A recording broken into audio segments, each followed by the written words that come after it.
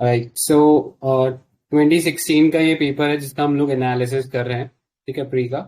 तो question number 1 से start करते हैं। So this was about net metering. तो किसी को आइडिया है कि एग्जैक्टली नेट मीटरिंग होता क्या है? जी सर। हाँ, बताइए। सर मैं भी नेट मीटरिंग का कॉन्सेप्ट 2014 2015-16 में काफी न्यूज में रहा था। और इसके थ्रू ये होता है कि जैसे कोई भी अपन लोग हैं तो अपने जैसे हाउस के ऊपर अपन सोलर पैनल लगा लेंगे, तो जैसे अभी जो लाइट आ रही है और जिस टाइम लाइट चली जाएगी ना, जो सरकारी डिस्कॉम से आती है, तो अपना जो सोलर पैनल होगा वो काम करना शुरू कर देगा, और जो अपनी लाइट होगी वो अपने घर में तो सप्लाई होगी, साथ में जो नेबरहुड लोग हैं उनके यहाँ भी अपन अपनी सप्लाई कर देंगे। तो अपना जो बिजली का बिल आएगा, जैसे जो डिस्कॉम के थ्रू आने वाला था, तो वो उसमें माइनस कर देंगे जितना अपन ने लाइट नेबरहुड को दी है। इसी कॉन्सेप्ट को लेके सर ये नेट मीटरिंग न्यूज में था। करेक्ट, ऑलमोस्ट करेक्ट है। उसमें एक एक इश्यू ये है कि वो नेबरहुड को नहीं दे रहे हैं, हम लोग वापस डिस्कॉम को वो सप्लाई कर रहे हैं। तो जितना हम लोग ने यूज किया है और जितना हम लोग सप्लाई करेंगे उसका नेट निकलेगा। जैसे हम बोलते हैं ना, नेट प्रॉफिट कितना हुआ, कि आपने अपना इनपुट कॉस्ट माइनस किया और आपने जो सेल किया था उसमें से उसको माइनस किया, तो एक वो निकलता है ना, नेट प्रॉफिट। तो वैसे ही नेट मीटरिंग निकलता है, जितना आपने रिन्यूएबल एनर्जी प्रोड्यूस किया, जितना रिन्यूएबल एनर्जी वापस डिस्कॉम को दिया, तो वो माइनस करके आपको मिल जाएगा, ठीक है। सो उस टाइम न्यूज में था 14-15 में। एंड उसके बाद अभी एज सच इतना कोई ज्यादा न्यूज में नहीं है, बट इससे एक रिलेटेड एक स्कीम है इम्पोर्टेंट। सो ये कुसुम एक स्कीम है, थोड़ा बहुत इससे रिलेटेड सिग्निफिकेंस है इसका, तो काफी न्यूज में भी है एंड टारगेट भी है इसका भी। तो ये चीज देख लेते हैं। सो कुसुम स्कीम फुल फॉर्म क्या है? किसान ऊर्जा सुरक्षा एवं उत्थान महाअभियान स्कीम, ठीक है। सो ये स्कीम के अंदर हम लोग फार्मर्स को एक एडिशनल इनकम देने वाले हैं apart from the agriculture that they are doing. So idea यही है कि एडिशनल जो बिजली बनाएंगे वो लोग, वो हम लोग जो है वापस डिस्कॉम्स के अंदर दे दें, जिससे कि डिस्कॉम्स के ऊपर जो बर्डन था वो कम हो जाएगा एंड फार्मर्स के लिए भी एक एडिशनल इनकम होगी, ठीक है। सो इस स्कीम जो है कुसुम स्कीम, इसके अंदर 3 इंपॉर्टेंट कंपोनेंट है। सो component 1 is 10,000 megawatt of decentralized ground-mounted grid-connected renewable power plants. Next component is installation of 2 million standalone solar-powered agriculture pumps. Component C is solarization of 1.5 million grid-connected solar-powered agriculture pumps. ठीक है। सो broadly अगर मैं बताऊं तो इसमें एक तो है कि सोलर पंप लगाना है, ठीक है। तो जहां पे एग्जिस्टिंग मोटर बेस्ड या इलेक्ट्रिसिटी बेस्ड पंप्स थे उनको सोलर पंप में कन्वर्ट करना है, जिससे कि वो अगर वहां पे बिजली नहीं पहुंच पा रही है तो वो अपना खुद का बिजली बना सके, सोलर पंप चला सके। दूसरा, उस सोलर पंप से अगर वो एक्सेस बिजली जनरेट कर रहे हैं तो वो एक्सेस बिजली जो है वो डिस्कॉम्स को दे दें और उससे पैसा कमाए। एंड तीसरा जो कंपोनेंट है इसमें वो है सोलर फार्म्स का। तो वहां पे हम लोग 0.5 megawatt, 1 megawatt, 1.5 megawatt and 2 megawatt, ठीक है, ये इस लेवल के हम लोग सोलर फार्म्स बनाएंगे, ठीक है, जो कि डिस्कॉम्स को 2 मेगावाट, आप समझ सकते हो काफी एनर्जी होती है।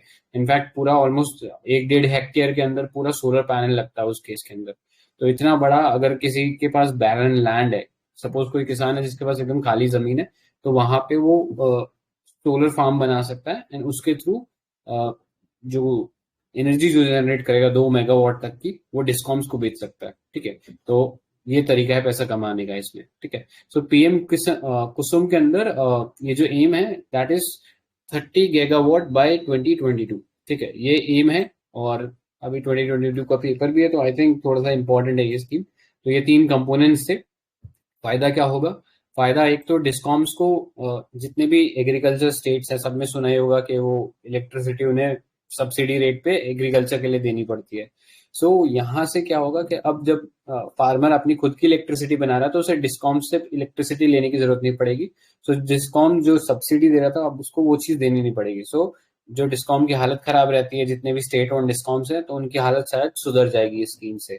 नेक्स्ट, हर जो डिस्कॉम है उसके ऊपर एक ऑब्लिगेशन रहता है, रिन्यूएबल परचेज ऑब्लिगेशन करके।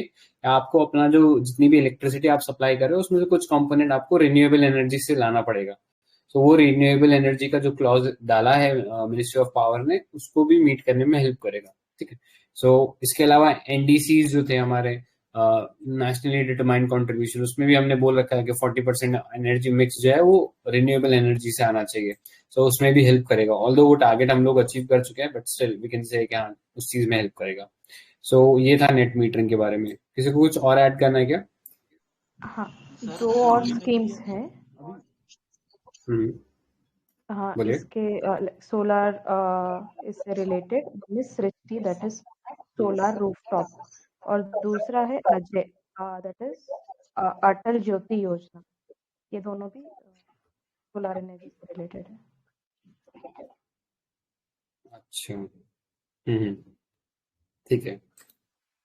तो ये मैं डिस्कॉम से पैरेलल एक सवाल था। लास्ट ईयर एक हम्म, कमेटी में थी अबाउट दिस डिस्कॉम सीन, पता है किसी को? कम्युनिटी का तो नहीं है। एजीआर के ऊपर वो बहुत कुछ हुआ था, एडिशनल ग्रॉस रेवेन्यू के ऊपर टेलीकॉम इंडस्ट्री में। एजीआर तो टेलीकॉम में है ना? हाँ, टेलीकॉम में ही बोल रहा हूँ मैं।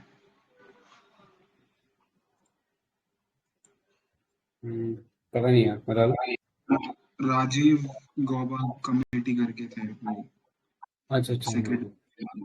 हाँ, तो वो कई बार पूछ लेते हैं ये कमेटी वो कमेटी मैच परफॉर्मेंस में, तो वो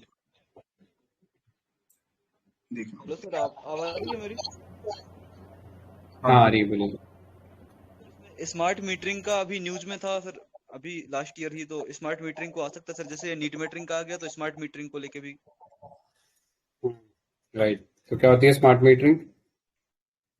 मेनली सर अभी ये मिनिस्ट्री ऑफ एनवायरनमेंट और इसने सोलर एनर्जी ने दोनों ने मिलकर के एक थोड़ा सा कॉन्सेप्ट सर पीआईबी पे शेयर किया था, और उसमें उन्होंने जस्ट ये मतलब थोड़ा सा कॉन्सेप्ट दिया था कि स्मार्ट मीटरिंग ये होता है जैसे मेनली अर्बन जो रीजन होते हैं वहाँ पे क्या होता है, जैसे सर्दी के दिनों में अपन लोग गीजर वगैरह या हीटर वगैरह यूज कर रहे हैं, तो जस्ट जैसे एक लिमिट टाइम होता है, जैसे 8 से 9 बजे के बीच सभी सभी लोग मेनली यूज करते हैं लाइट को। तो उन लोगों ने कॉन्सेप्ट दिया स्मार्ट मीटरिंग का कि अपन उस टाइम स्मार्ट मीटरिंग को यूज करके उन लोगों को ये बोलेंगे कि यदि भैया जो लोग जस्ट 8 बजे से 9 बजे के बीच अगर अपना लाइट का यूज करेंगे तो उन लोगों के ऊपर ज्यादा टैक्स लगाया जाएगा, मतलब ज्यादा बिल आएगा, और जो लोग सुबह से 6 से 7 या मतलब अन्य किसी टाइम पे यदि लाइट का यूज करते हैं तो उस टाइम कम बिल आएगा। तो इस कॉन्सेप्ट को लेके जो न्यू अभी स्मार्ट मीटर आ रहे हैं और जिनका यूज अभी मेनली चेन्नई वगैरह में और हैदराबाद वगैरह में मतलब अभी यूज के तौर पे लोग मतलब प्रयोग के तौर पे फर्स्ट टाइम यूज करे हैं, तो ये स्मार्ट मीटरिंग का सर कॉन्सेप्ट। इनफैक्ट एक प्रीपेड स्मार्ट मीटर करके भी आया है। स्मार्ट का मतलब एनीथिंग विच हैज इंटरनेट, ठीक है। तो वो इंटरनेट टेक्नोलॉजी यूज करके, जैसे अभी क्या होता है पुराने मीटर्स में क्या होता था, कोई एक इंसान आपके घर आता था डिस्कॉम की तरफ से, एंड वो आपका मीटर की रीडिंग लेके फिर कंपनी में जाता था और फिर आपका बिल आता था, ठीक है। तो स्मार्ट मीटर में किसी इंसान को आने की जरूरत नहीं है, सीधा जो भी आपका डेटा है वो सीधा का सीधा डिस्कॉम्स के पास पहुंच जाएगा, ठीक है। तो उसमें और भी फीचर्स हो सकते हैं तरह तरह के, तो बस वही बेसिक आइडिया है उसके अंदर, ठीक है। इससे रिलेटेड एक बार क्वेश्चन आ चुका है, कंपोनेंट सी था जो इसका, जिसमें ये थे सोलर पावर्ड एग्रीकल्चर पंप्स, तो 2020 में क्वेश्चन आया था, तो मैंने ग्रुप पे शेयर किया है, एक बार आप चेक कर लो। ओके, सो क्वेश्चन है with reference to solar water pump consider the following. अच्छा हाँ, ये क्वेश्चन आया था, लेकिन थोड़ा आई थिंक कंफ्यूजिंग क्वेश्चन था, मतलब कई कोचिंग ने इसको अलग मार्क किया था एंड कई कोचिंग ने कुछ और मार्क किया था। तो क्वेश्चन देख लो, with reference to the solar water pump consider the following statement. Solar power can be use for running surface, not for submersible pump. Next, solar power can be used for running centrifugal pumps and not the ones with pistons. ठीक है, तो official UPSC का answer पता है क्या? क्या mark किया था यूपीएससी ने? डी डी मार्क किया था। Neither one and nor. So actually मैं तो शायद इसका आंसर 1 मार्क करके आया था, बिकॉज पिस्टन मेरे को लग रहा था पिस्टन शायद डीजल इलेक्ट्रिक इंजन की बात कर रहा है वो। सो या बाकी आई थिंक जनरली ले लिया था इस स्टेटमेंट को, तो डी मार्क करना था, ठीक है इसमें। मतलब सर एक वो मैंने ऑब्जर्वेशन है कि अगर ऐसा बोलता है ना कि ये कर सकते हैं दूसरा नहीं कर सकता, मोस्टली गलती होता है वो। मुझे नहीं पता था बट मैं डी मारा तो ठीक गया था, तो ये देख सकते हो कुछ भी मैंने थोड़ा ज्यादा दिमाग लगा दिया था कि पिस्टन जो होता है वो यूजली इंटरनल कंबशन इंजन में हम बात करते हैं, तो यहाँ मैं सोच रहा था मोटर होनी चाहिए थी, तो ये अगर इससे सेंट्रीफ्यूगल पंप हो जाता तो सही हो जाता, बट मेरे को पता नहीं क्यों लग रहा था कि पिस्टन है तो शायद डीजल इलेक्ट्रिक इंजन से कुछ रेफरेंस होगा, हाँ, तो वो ज्यादा दिमाग लगा दे रहा है, उस इससे लॉजिक गलत से होगा। सोचोगे तो गलत में मारोगे। हाँ, वो एक्चुअली होता नहीं, ये लोग आंसर डी दिए, पता नहीं क्यों दिए। वो जो आप लॉजिक बोल रहे हो उससे तो बी होना चाहिए था, बट आंसर डी वही, दिए अब है। यूपीएससी ने कह दिया तो कह दिया। कुछ नहीं कर सकते हो। ऑलराइट, नेक्स्ट पे चलते हैं फिर। Question number 12। So ease of doing business index के ऊपर एक क्वेश्चन था। अभी रिसेंटली करंट अफेयर्स में इस पॉइंट इस वजह से था क्योंकि ईज ऑफ डूइंग बिजनेस जो है वो रैंकिंग को रिवोक कर दिया गया, मतलब अभी ये पब्लिश नहीं होने वाली है कुछ टाइम तक। सो क्वेश्चन का आंसर सिंपली वर्ल्ड बैंक था, और काफी इंपॉर्टेंट रिपोर्ट थी ये। इनफैक्ट यूपीएससी ने स्ट्रेट अप इससे सवाल पूछा हुआ है, तो पहले एक बार वो सवाल देख लेते हैं। सो सवाल ये पूछा था 2019 के अंदर कि with reference to the ease of doing business which is not a sub index of this report. So इसके अंदर ऑप्शन दिए थे maintenance of law and order, paying taxes, registering property, dealing with construction permits. ठीक है, so simple सा question पूछा हुआ था। सो यहाँ पे देख लो, मैंने पैरामीटर्स लिख दिए, ऑल्दो अभी करंट अफेयर्स में न्यूज में तो मुश्किल ही पूछे, बट फिर भी एक बार देख लो। ठीक है, so first was starting a business, next was dealing with construction permit, third electricity availability, fourth property registration, fifth credit availability, sixth protecting minor investor, seventh paying taxes, eighth trading across borders, ninth contract enforcement, and 10th is resolving insolvency. So ये 10 parameter थे इसके अंदर। so इन 10 parameters के बारे में अगर पता होता तो सिंपली ए को आप एलिमिनेट कर सकते थे, लॉ एंड ऑर्डर को लेके कोई पैरामीटर नहीं था इसके अंदर। ठीक है, सो अभी अभी रिसेंटली इंडिया का क्या स्टेटस रहा है वो उस पर थोड़ा सा डिस्कस कर लेते हैं। So India as part of the latest EODB report has jump 14 places to the 63rd position. ठीक है, और रैंक था इंडिया का मार्क्स थे इंडिया के 71। सो एक इशू ये हो रहा था कि वर्ल्ड बैंक की जो रिपोर्ट आती थी इसमें इंडिया की केवल 2 सिटीज को मेजर करते थे, दिल्ली एंड मुंबई। ठीक है, सो ये 2020 तक फॉलो हुआ। उसके बाद बात चल रही थी कि 2 और सिटीज को इंक्लूड किया जाएगा, कैलकाटा एंड बेंगलुरु। सो उससे क्या हो सकता है कि हमारी जो शायद सिचुएशन है वो थोड़ा सा चेंज हो जाए, क्योंकि ये 2 सिटीज में कैसा परमिट वगैरह चल रहा है, बेस्ड ऑन विच हमारा रैंकिंग थोड़ा चेंज हो सकता था। बट बाद में ऐसा न्यूज में आया था कि China and Saudi Arabia, Cyprus, ऐसे कुछ कंट्रीज ने ये रिपोर्ट से जबरदस्ती अपनी रैंकिंग जो इम्प्रूव करा रहे थे। ठीक है, तो उसके बाद रिवोक कर दिया गया ये रिपोर्ट को। तो अभी तक इतना ही है, कोई और रिपोर्ट आई नहीं है 2020 वाले के बाद। सो इतना रैंक याद रख सकते हो। ठीक है, apart from that world bank काफी इंपॉर्टेंट है। हर 2-3 सालों में वर्ल्ड बैंक से रिलेटेड कोई ना कोई या तो ऑप्शन तो होता ही है, नहीं तो कुछ सवाल रहता है जहाँ पे डायरेक्ट वर्ल्ड बैंक से ही रिलेटेड कुछ पूछा होता है। सो वर्ल्ड बैंक जो था ब्रेटन वुड्स एग्रीमेंट से आया था। सो इसके अंदर टोटल 5 एजेंसियां हैं या 5 इंस्टीट्यूशन हैं जो मिला के वर्ल्ड बैंक कहलाते हैं। सो इंडिया इनमें से कितनों का मेंबर है, कोई बता सकता है? Is India 4, member of? एक का हाँ, नहीं है इंडिया। कौन से का नहीं है? डिस्प्यूट्स इन्वेस्टमेंट डिस्प्यूट वाला लास्ट वाले। हाँ, करेक्ट, ये डिस्प्यूट वाला जो है उसका नहीं है। सो जस्ट एक बार रीड कर लेते हैं। International Bank for Reconstruction and Development. So ये सबसे प्रीमियर इंस्टीट्यूशन था, क्योंकि वर्ल्ड वॉर के बाद जो यूरोप की कह सकते हैं कि काफी हानि हुई थी, उसको रिकंस्ट्रक्ट करने के लिए, उसे रीडेवलप करने के लिए बनाया गया था इनिशियली। बट बाद में फिर इसने डेवलपमेंट की ओर शिफ्ट कर लिया। जब यूरोप बन गया एक बार प्रॉपर, तो फिर डेवलपमेंट एक्टिविटीज की तरफ या लो इनकम कंट्रीज है उनको डेवलप कराने की तरफ काम कर रहा था। ठीक है, so IBRD provides loans, credit and grant. Next is international development association provide low और no interest loan to low income countries. Next, International Finance Corporation provides investment advice, asset management to companies and governments. ठीक है, तो ये important है, देख लेना। Private companies भी involve है, तो कई बार ऐसा सवाल पूछ लिया जाता है टेस्ट सीरीज में कि सिर्फ गवर्नमेंट को ही देता है, गवर्नमेंट ओनली। तो कई बार हमें लगता है कि हाँ यार वर्ल्ड बैंक तो ज्यादातर हम लोग गवर्नमेंट के साथ ही देखते हैं, तो इस टाइप में गलत हो जाएगा। तो देख लेना, कंपनीज भी इन्वॉल्व है यहाँ पे। Next, multilateral guarantee agency.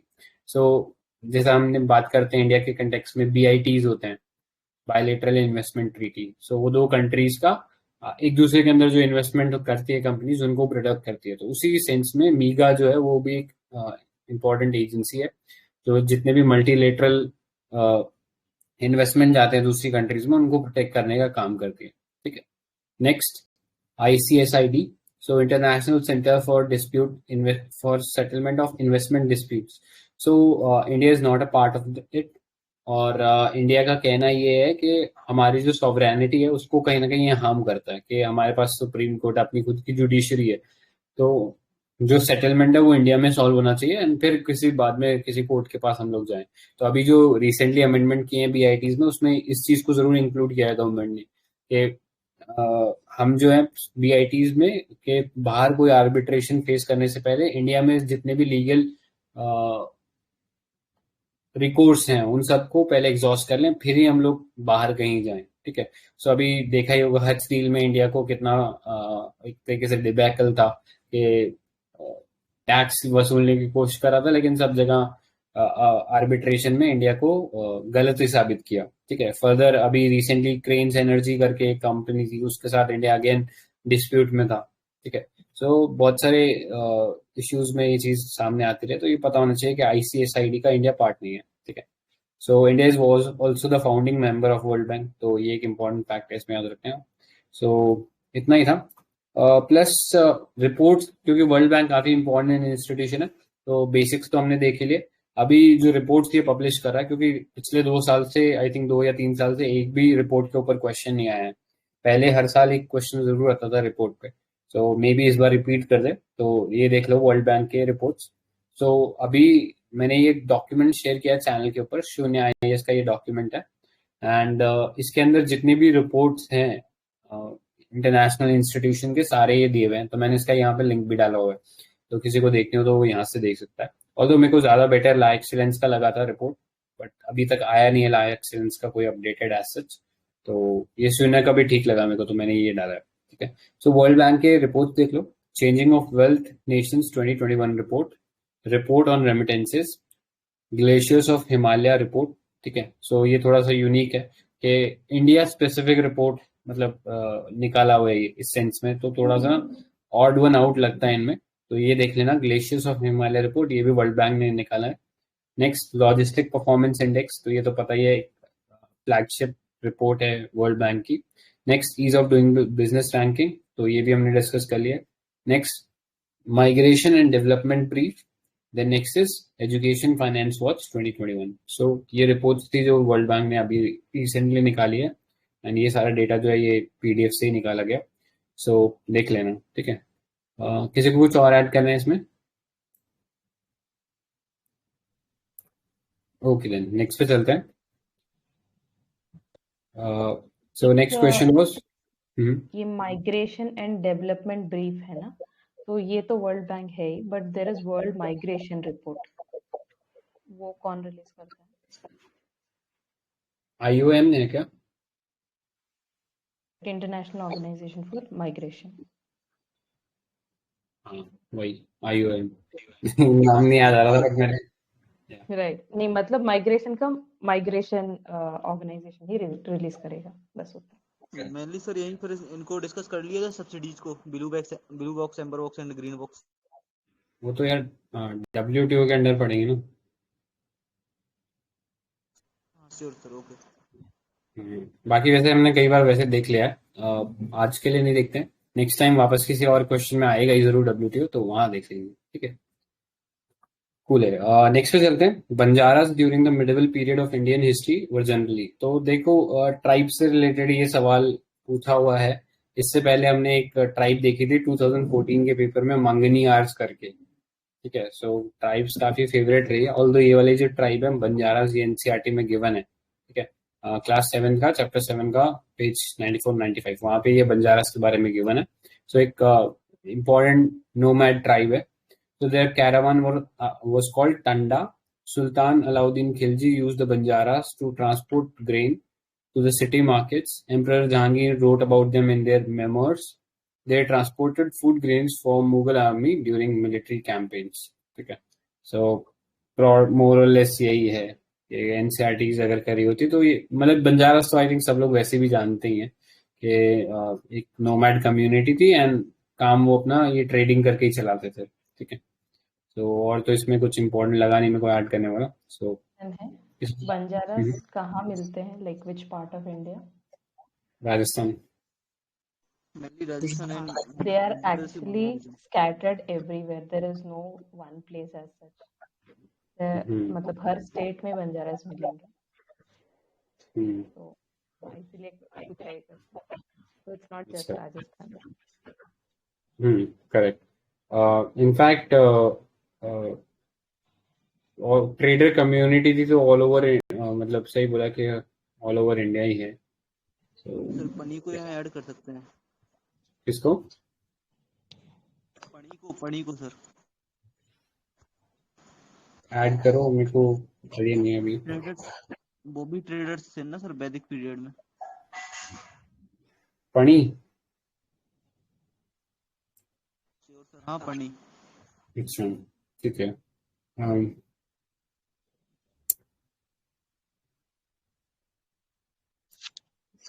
ठीक है, नेक्स्ट पे चलते।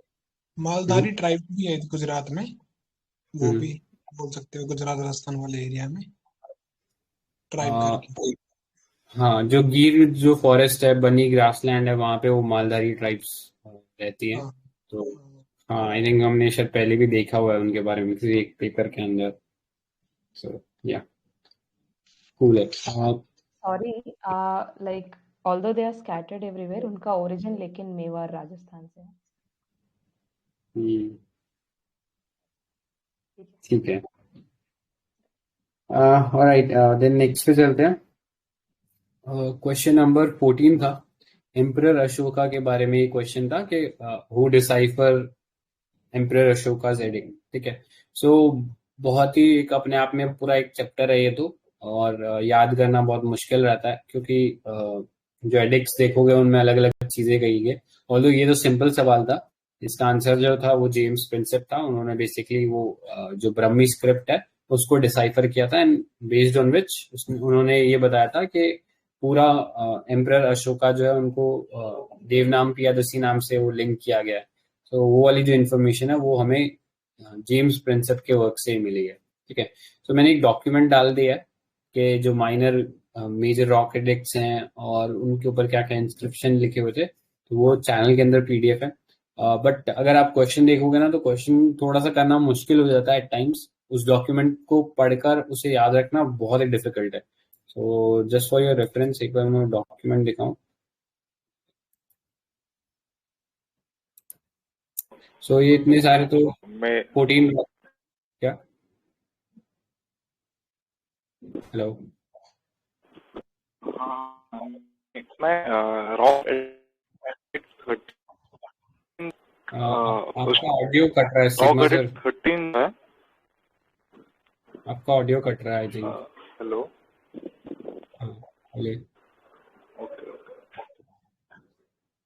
ओके। सो एक्चुअली मैंने ये डॉक्यूमेंट डाल दिया, बट आई डोंट थिंक ये डॉक्यूमेंट पढ़ने से रिवाइज होने वाला है क्योंकि ये अपने आप में 33 रॉक एडिक्ट है। आप कितना इनमें से रट लोगे, तो वो रटना मुश्किल है। सो मैंने इसमें से जो इम्पोर्टेंट फैक्टॉइड्स हैं वो निकाल कर ये यहाँ पर डाल दिए, ठीक है। सो यहाँ पे आप देख सकते हो ये इम्पोर्टेंट फैक्ट्स हैं मोर और लेस। इससे में इससे सवाल हो जाना चाहिए। तो अगर आप इतना भी रट लेते हो ना तो आई थिंक सवाल हो जाएगा काफी हद तक, ठीक है। सो इम्पोर्टेंट फैक्ट्स देख लेते हैं। सो सबसे पहला, जितने भी जो लैंग्वेज यूज करी गई थी वो ब्रॉडली 3 कैटेगरी में थी, प्राकृत, अरमेक एंड ग्रीक, ठीक है। सो मेजॉरिटी जो इंस्क्रिप्शन है वो प्राकृत भाषा में ही मिले, जो पता भी होगा कि इंडिया में एक एंशिएंट लैंग्वेज था। सो उस भाषा में ज्यादातर जो एडिक्ट्स है वो मिले हैं। फर्दर जो ग्रीक और अरमेक है वो ऑलमोस्ट इंडिया के बाहर में यूज किए गए हैं, ठीक है, मतलब मॉडर्न डे इंडिया के बाहर, अफगानिस्तान, उन एरियाज में। सो नेक्स्ट देख लो, the Kandahar rock inscription is bilingual, ठीक है। So Kandahar modern day Afghanistan में पड़ता है एंड इंडिया का इंटरनल सिक्योरिटी जो पढ़ा होगा तो वहां पे पढ़ा ही होगा। कांधार का काफी अच्छा लिंक है, काफी अच्छा तो नहीं मतलब काफी एक है लिंक इंडिया का कि एक हाईजैक जो हुआ था वो यहीं गया था एयरक्राफ्ट।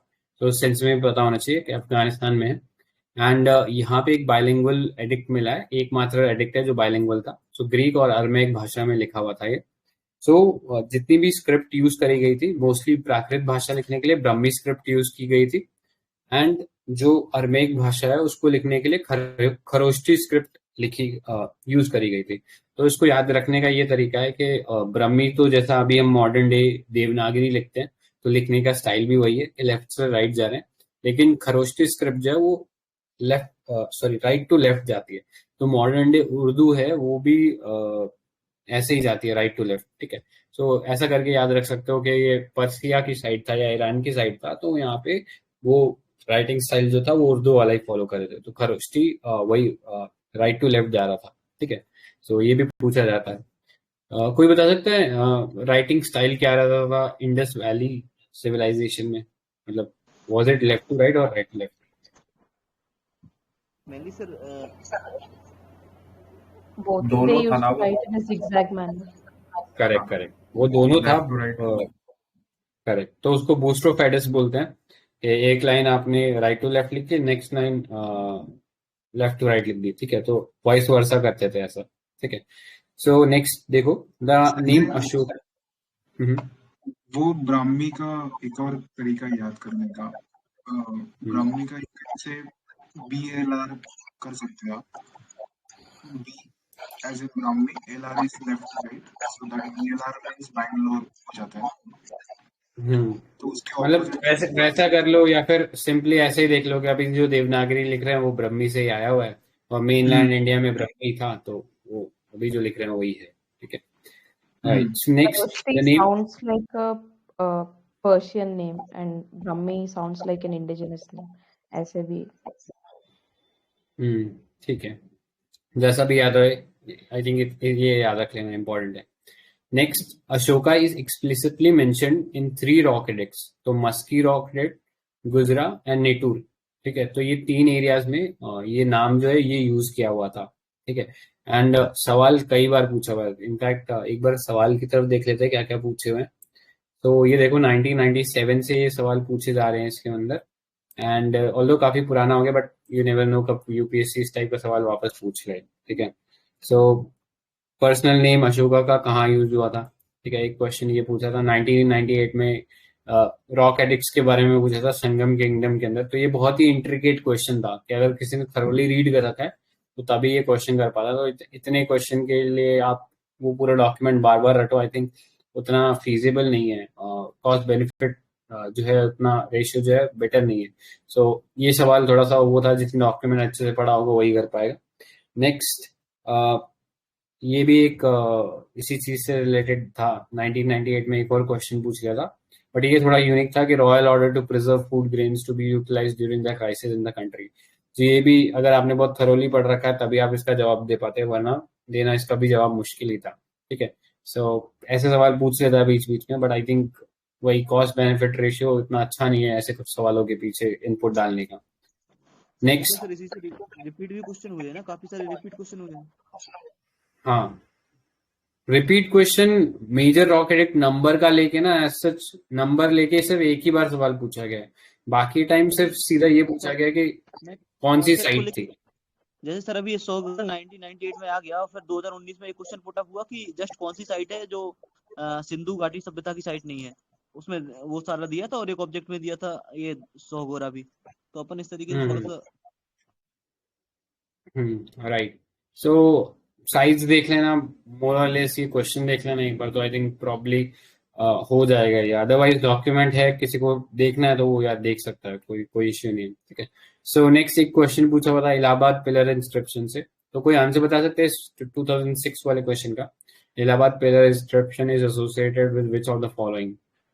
समुद्रगुप्त सर, हरिसेन ने सर जो एस्टैब्लिश करवाया था, इसके जो समुद्रगुप्त। राइट। तो ये क्वेश्चन का संस्कृत में है सर, और इसमें जहांगीर तक का नाम मिलता है सर, और समुद्रगुप्त का भी नाम मिलता है, काफी सारे 4-5 लोगों का नाम मिलता है इसमें। करेक्ट। तो समुद्रगुप्त के मेजरली है, एंड उनके जो कोर्ट पोएट थे हरिसेना, उन्होंने ये इंस्क्रिप्शन बनवाया था, तो उसके रिगार्डिंग क्वेश्चन है, ठीक है। सो ये चीज याद रख लेना यहाँ पे। प्रयाग प्रशस्ति भी इसी को बोलते सर। क्यों प्रयागराज नाम है ना इलाहाबाद का। So yes. नेक्स्ट 2019 में क्वेश्चन पूछा था, राज्ञ अशोका कहाँ पे बोला गया था, तो ये फिर क्वेश्चन रिपीट हो रहा है इस थीम से, कुछ एक सालों में रिपीट हो रहा है, ठीक है। इनफैक्ट नेक्स्ट ईयर वापस सवाल पूछा गया था इस पे, लेकिन पूछने का तरीका डिफरेंट था। तो उन्होंने इस टाइप से पूछा था कि who among the following rulers advise his subjects through his inscription, whosoever praises his religious sects or blames other sect for out of excessive devotion to his own sect with a view of glorifying his own sect, he rather injure his own sect very severely। तो कहीं ना कहीं secularism की बात कर रहा था इस एडिक्ट में। सर ये लाइन इस क्वेश्चन में सर लाइन भी चेंज नहीं करी थी, वो छठी की एनसीईआरटी से जस्ट पेस्ट कर दिया था सेम। और इसी के नीचे सर एक क्वेश्चन और पुट अप है छठी की एनसीईआरटी में, शायद वो इस साल आ जाए या अगले साल आ जाए। उसमें सर वो क्वेश्चन ये है कि मतलब वो कौन से लीडर है जिन्होंने ये बोला कि यदि अशोक का जो मतलब रिलीजन है उसको अगर अपन ने फॉलो किया तो अपना कंट्री बहुत ग्रो कर सकता है, बहुत डेवलपमेंट कर सकता है। तो ये जवाहरलाल नेहरू ने बोला है छठी की एनसीईआरटी से, और ये क्वेश्चन भी छठी की एनसीईआरटी से ही पेस्ट हुआ था सर। राइट। सो तो ये स्टेटमेंट सिंपल ही था, थोड़ा बहुत भी अशोक का पढ़ रखा था तो इजीली आप क्वेश्चन कर सकते थे। बट कहने का मतलब अशोका से, और ये जो थीम है स्पेसिफिकली रॉक एडिक्ट्स वाला, काफी सवाल पूछे गए। तो एक बार डॉक्यूमेंट में गो थ्रू कर लेना, बाकी ये फैक्टॉइड जो लिखे हैं इनको जरूर पढ़ लेना, ठीक है। सो रोमन देवी जो पिलर है which it mentions Ashoka's visit to Lumbini. तो लुम्बिनी का सिग्निफिकेंस सबको पता ही है, बर्थ प्लेस था बुद्धा का। सो वहां पे रोमन देवी जो इंस्क्रिप्शन है वो है। नेक्स्ट मस्की आंध्र प्रदेश में, ब्रह्मागिरी कर्नाटका में, सासाराम बिहार में। सासाराम में एक फेमस टूम भी है, कोई बता सकता है किसका टूम है सासाराम में? शेरशाह सूरी। करेक्ट, तो वो शेरशाह सूरी का टूम भी है। तो उससे भी थोड़ा सा ऐसे लिंकेज बना सकते हो कि हाँ ये प्लेस कैसे हम लोग याद रख सकते हैं। सो सासाराम है बिहार के अंदर। कर्नाटका का है क्या? Maski is in Karnataka, not Andhra Pradesh. Sure है क्या? हाँ श्योर श्योर। श्योर है, कर्नाटका है सर।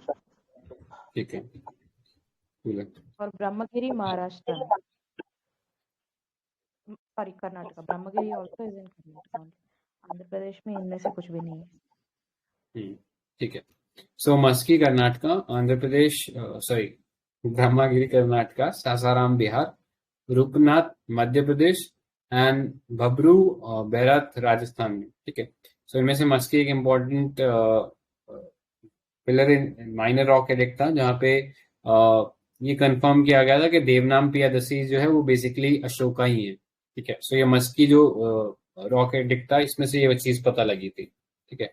सो इसलिए ये थोड़े से फैक्ट्स निकाले हैं, किसी को कुछ और लगता है तो इसमें कभी ऐड कर देना। सो ओवरऑल एक डॉक्यूमेंट यहीं पे तैयार हो जाए ताकि डॉक्यूमेंट को पढ़ना ना पड़े उसको, ठीक है। बाकी ये बोलिए। संजय वो अशोका नेम 4 जगह पे मेंशन है ना, आपने 3 लिखा है, आप श्योर? 4 है ओडेगोलम भी है सर इसमें, मस्की, उदयगिरी, ओडेगोलम आंध्र प्रदेश का ओडेगोलम। आर एस शर्मा में ये दिए है कि कर्नाटका में 3 जगह पे है और एमपी में 1 जगह पे। नहीं सर ये गुर्जरा निट्टूर और मास्की तो सही है सर, इसमें ओडेगोलम और ऐड करना है। ओडेगोलम में भी अशोक का नेम मेंशन है। स्पेल करेंगे क्या वो प्लेस? क्या करेंगे? ठीक है, एक बार इसको जिसके पास भी इंफॉर्मेशन हो ना एक बार मेरे को रिले कर देना, ताकि मैं एक बार और सर्च करके इसको कर दूं, ठीक है, ऐड ऑन। अभी आई थिंक मेरे को इतना ही मिला था तो मैंने इतना ही डाला है, बट एक बार मैं उपेंद्र सिंह से और कंफर्म कर लूंगा, शायद वो ज्यादा बेटर सोर्स है इसके लिए ना। ऑलराइट, ठीक है, नेक्स्ट क्वेश्चन पे चलते हैं फिर। तो इम्पोर्टेंट है, थीम देख लेना, काफी बार सवाल पूछा गया है इससे। ऑलराइट, नेक्स्ट पे चलते हैं, क्वेश्चन नंबर 15। तो सिंपल क्वेश्चन था, ग्राम न्यायालय एक्ट के बारे में क्वेश्चन था। सो स्टेटमेंट एक बार मैं रीड कर देता हूँ। As per the Act, Gram Nyayalayas can hear only civil cases, not criminal cases. Next, the Act allows local social activists as mediators and reconciliators. तो क्या आंसर होना चाहिए था इसका? only two. करेक्ट. सो दोनों केसेस हेयर कर सकता है. सो जस्ट एक बार इस एक्ट के गो थ्रू कर लेते हैं. तो ग्राम न्यायालय एक्ट 2008 के थ्रू जो ग्राम न्यायालय का जो कॉन्सेप्ट है वो इंडिया के जो लीगल ज्यूरिस्प्रूडेंस में आया था यूज में. ठीक है, वहां से ग्राम न्यायालय का कॉन्सेप्ट असल रियलिटी हो गया था. सो some important facts about it. So each Gram Nyaya court is a court of judicial magistrate of first class, and its presiding officer, who is also called Nyaya Adhikari, is appointed by the state government in consultation with the high court. ठीक है.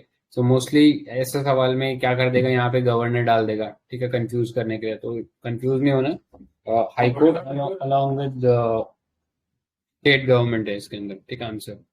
Next, a Gram Nyaya is established for every panchayat at intermediate level. Next, it is a mobile court, exercises the power of both criminal and civil court. ठीक है, तो ये चलिए एक option था इसका. Next, appeal against Gram Nyaya decision lies before a session court in case of a criminal case, and in case of a civil case, it lies before a district court. ठीक है. And next, हाँ, but ऐसा नहीं है कि criminal cases सारे criminal cases ये देख सकता है. जो limited number of criminal cases हैं वो इस एक्ट के शेड्यूल में ही दिए हुए हैं. ठीक है, तो फर्स्ट एंड सेकंड शेड्यूल में कौन कौन से ऑफेंसेस ये जो कोर्ट है ये देख सकता है, ये लिखे हुए हैं.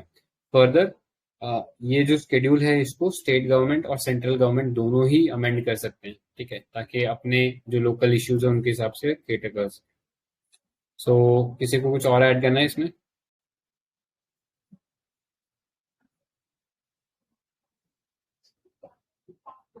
ऑलराइट, ठीक है. देन मतलब सिंपल ही था, इसमें और तो कोई रिलेशन है नहीं. बट जो चीज है उसको थोड़ा सा ध्यान में रख लेना. तो स्टैटिक का क्वेश्चन था. नेक्स्ट चलते हैं, क्वेश्चन नंबर 16. सो ट्रांस पैसिफिक पार्टनरशिप के बारे में क्वेश्चन था. अगेन एक सिंपल क्वेश्चन था. सो क्वेश्चन वन का स्टेटमेंट था, it is an agreement among all Pacific rim countries except China and Russia, and it is only a strategic alliance for the purpose of maritime security only. तो जहाँ पे भी only आता है red flag आ जाना चाहिए. सो ये जो क्वेश्चन था सिंपली आंसर जो था इसका डी था. अभी करंटली कुछ न्यूज में तो ज्यादा है नहीं, ठंडा ही है ऑर्गेनाइजेशन अभी. बट एक इम्पॉर्टेंट तो ये है कि यूएस जो है इसमें से बाहर निकल गया था. ठीक है, so currently 11 pacific rim countries हैं जो इसमें पार्टिसिपेट कर रहे हैं. So Singapore, Malaysia, Vietnam, Brunei, Japan, Canada, Mexico, Peru, Chile, Australia and New Zealand. ठीक है, सो ये सब कंट्रीज थी. एंड ऑब्जेक्टिव की बात करें तो lower track barriers such as tariff, establish common framework for intellectual property, enforce standard for labour law and environmental law. ये सॉरी लॉज लिखना है, ये लॉ लिख दिया गलती से. Next, establish an investor state dispute settlement mechanism. तो इतना ही था इसके बारे में. कुछ करंट इन्फॉर्मेशन मिला नहीं. किसी को कुछ ऐड करना है कि इसमें 16 में?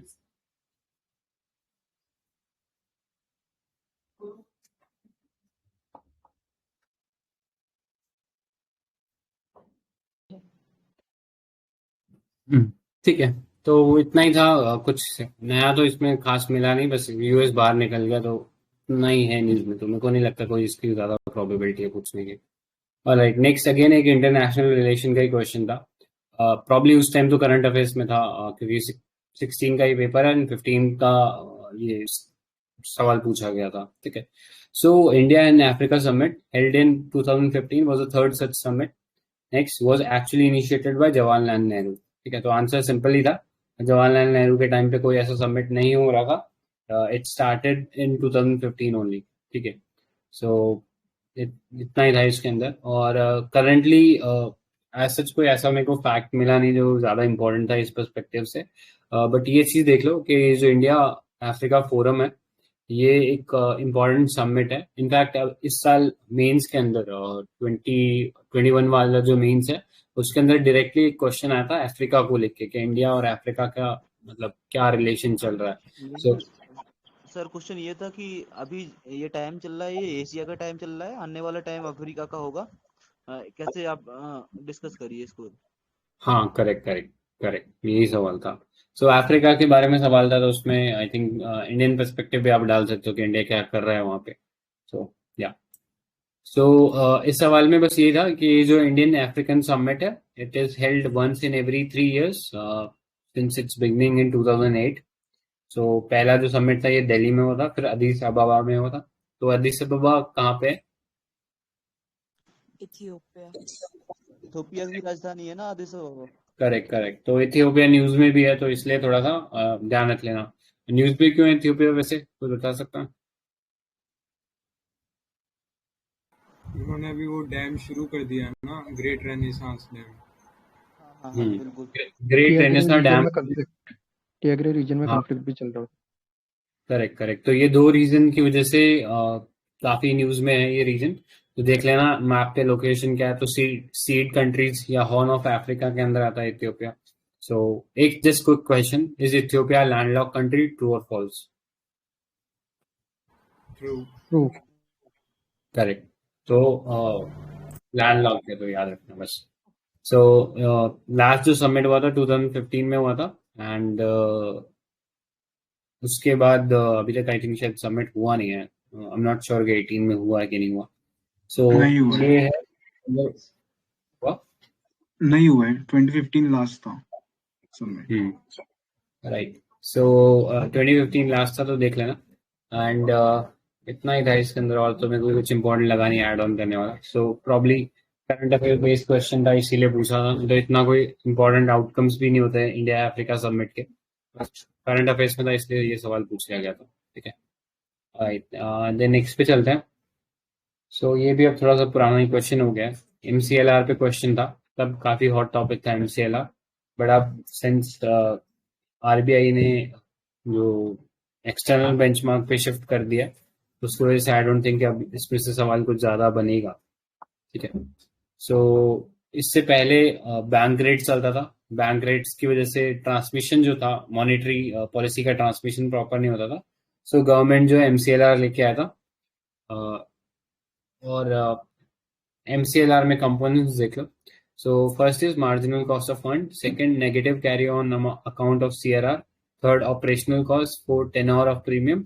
सो ये सब कंपोनेंट्स मिला के MCLR बनता था, बट अब कोई आई थिंक इम्पोर्टेंस है नहीं इसकी, क्योंकि अब ये सिस्टम हम लोग यूज ही नहीं कर रहे हैं। अब एक्सटर्नल बेंचमार्क रेट से RBI ने अलाइन कर दिया, जिसमें या तो आप RBI का जो रेपो रेट है उसके साथ अलाइन हो जाओ, या 10 year बॉन्ड यील्ड के साथ अलाइन हो जाओ। तो इन सब चीजों से आप अलाइन हो जाओ। MCLR का इतना कोई वो नहीं रहा इम्पोर्टेंस। ठीक है। सो आई डोंट थिंक इस क्वेश्चन को देखने की जरूरत है। सो नेक्स्ट पे चलते हैं। किसी को कुछ और एड ऑन करना है क्या इसमें?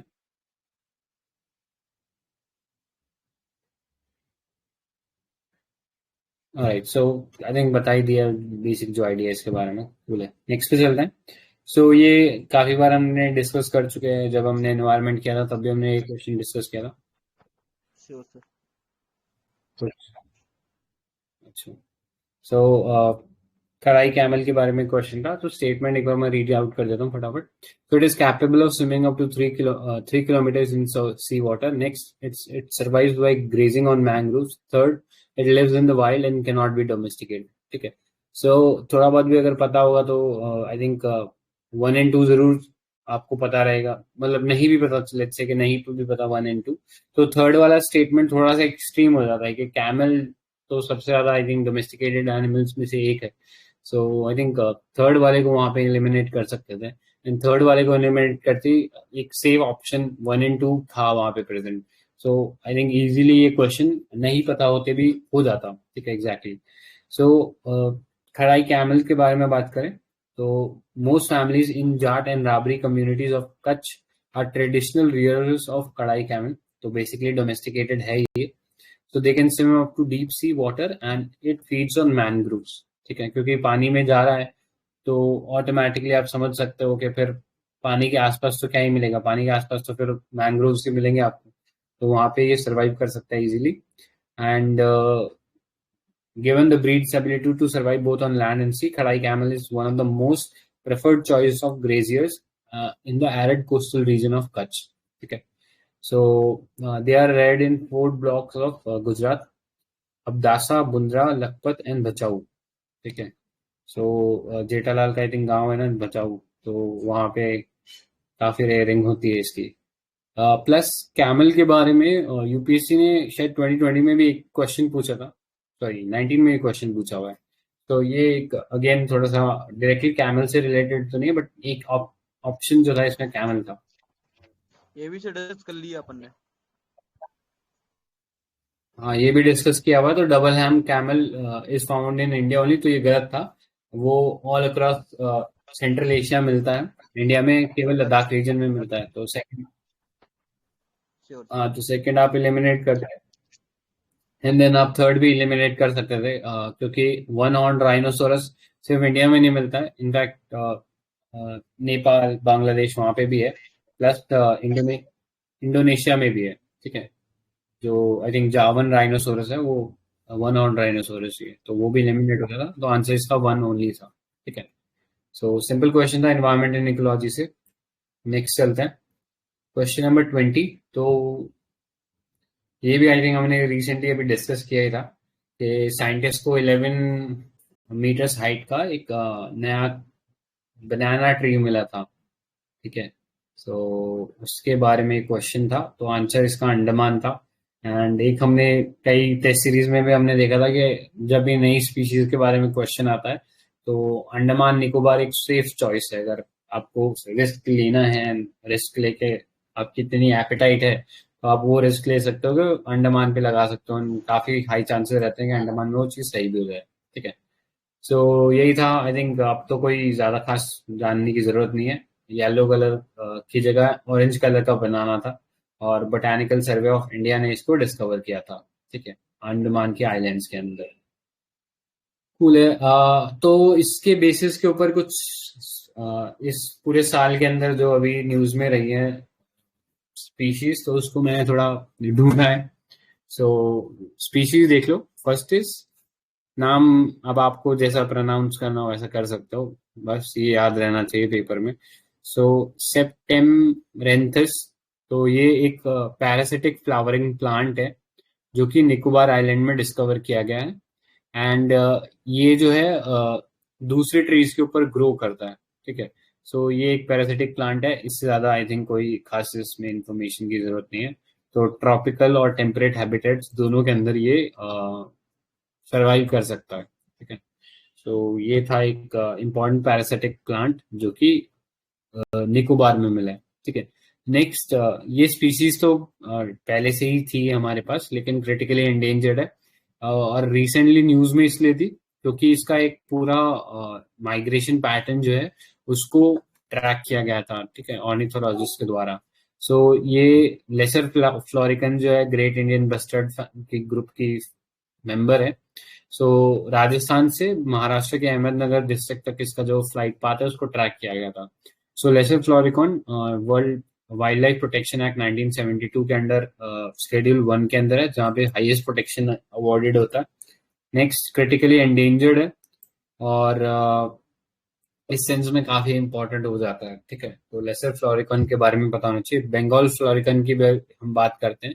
सो बंगाल फ्लोरिकॉन जो है वो भी क्रिटिकली एंडेंजर्ड है। ठीक है, नेक्स्ट, आदि कैस्केड करके एक फ्रॉग मिला है रिसेंटली, अरुणाचल प्रदेश में ये मिला है। तो अरुणाचल प्रदेश में आदि ट्राइब जो है पिछले 2 सालों से काफी न्यूज में है, क्योंकि हम बात कर रहे थे कि पूरे देश में कोविड की वजह से लॉकडाउन था। सो आदि कम्युनिटी जो है उसके अंदर ऑलरेडी लॉकडाउन की जो कल्चर था वो बहुत पहले से है, क्योंकि बहुत सारे टाइप के महामारियां फैली है, एंड उसकी वजह से आदि जो ट्राइब है वो पहले से ही लॉकडाउन जैसा एक चीज फॉलो करते थे। तो वो उनका अलग अलग नाम था, वहां पे शायद मोटर नाम से उसको जानते थे। मन की बात में जिक्र भी किया था सर ना इनका, मोदी जी ने। Correct correct.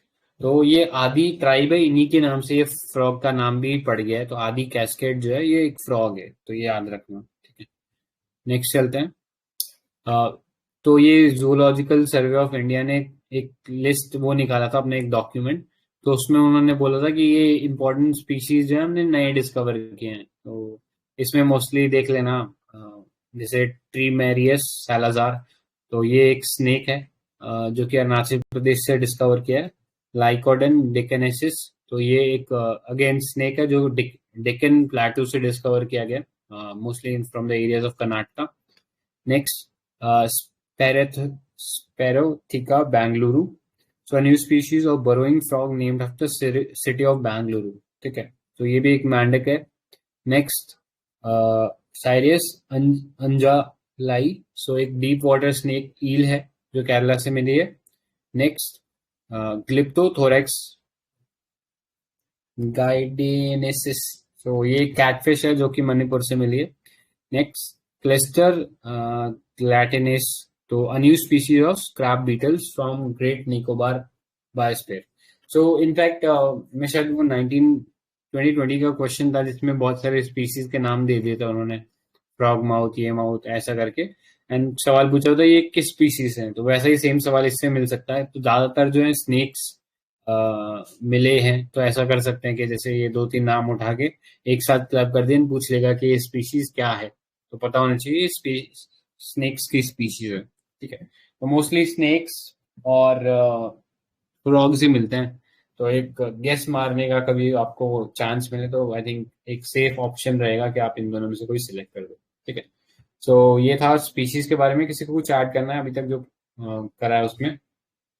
Anyone?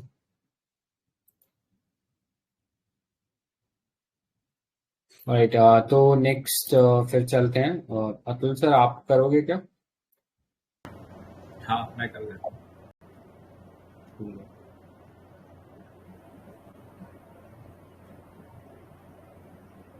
But sir ये सेव नहीं हुआ है सही से. ये सब तो मैंने डिलीट कर दिया था. Let me check. आपके एंड से हो गया क्या सेव? मुझे नहीं याद, मैंने तो क्लोज कर दिया था तभी एडिट करने के बाद.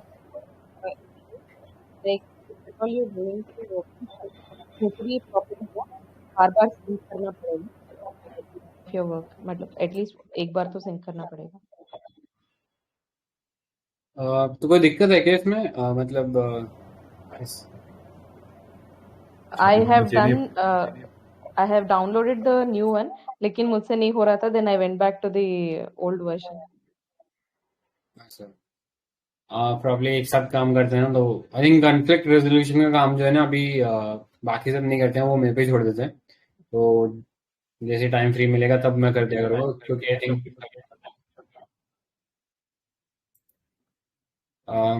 ठीक है. सो कोई और करेगा क्या फिर पार्ट को? देखते आप कर सकते हो क्या? अभी फिनिश नहीं हुआ, 2-3 क्वेश्चंस बचे हैं. जो हुआ है like which I finished I can do. Sanjay, मैं कर लेता हूँ, कोई दिक्कत. ओके, आपका कौन सा पार्ट है? 41 है शायद. अच्छा, ठीक है. सो मैं मेरा माइक ऑफ कर रहा हूँ. तो अगर आपको लगता है कि कहीं पे, मतलब आप अपने आप से गाइड करना कि नेक्स्ट पे जाना है कि नहीं. ठीक है, श्योर.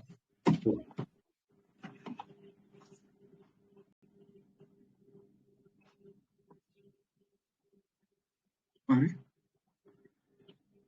फर्स्ट पे आ गए शायद संजय.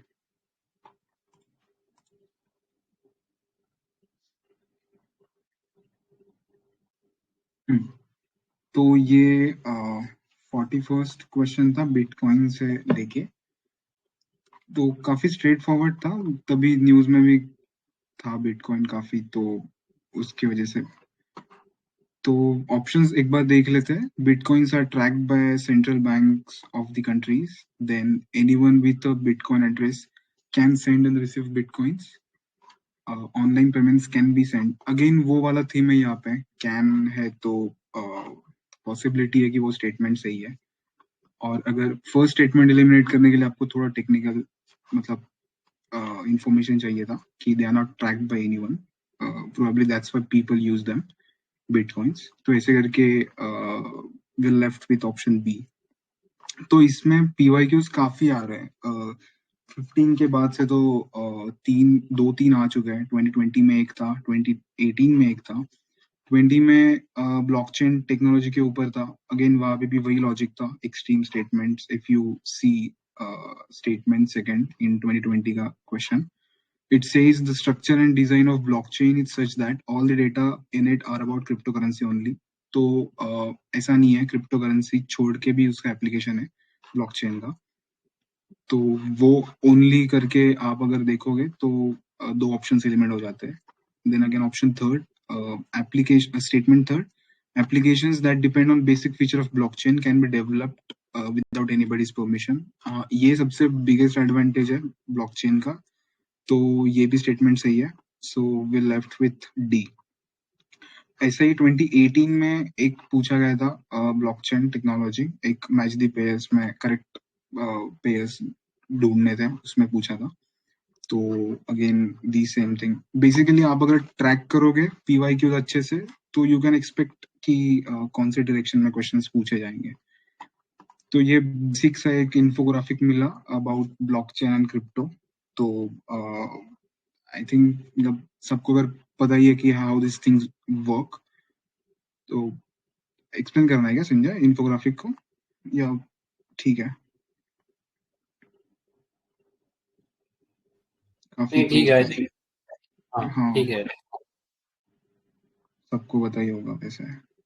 तो इसमें एक जो अभी रीसेंट न्यूज बजट में जो काफी न्यूज में है, इट्स डिजिटल रूपी, that is CBDC, central bank digital currency. थोड़ा बिटकॉइन को लेके गवर्नमेंट काफी होस्टाइल रहा है. 15-18 में कुछ बैन कर दिया आरबीआई ने रेगुलर डाल के. देन 2020 में शायद सुप्रीम कोर्ट ने बोला कि you can't ban, you have to regulate it.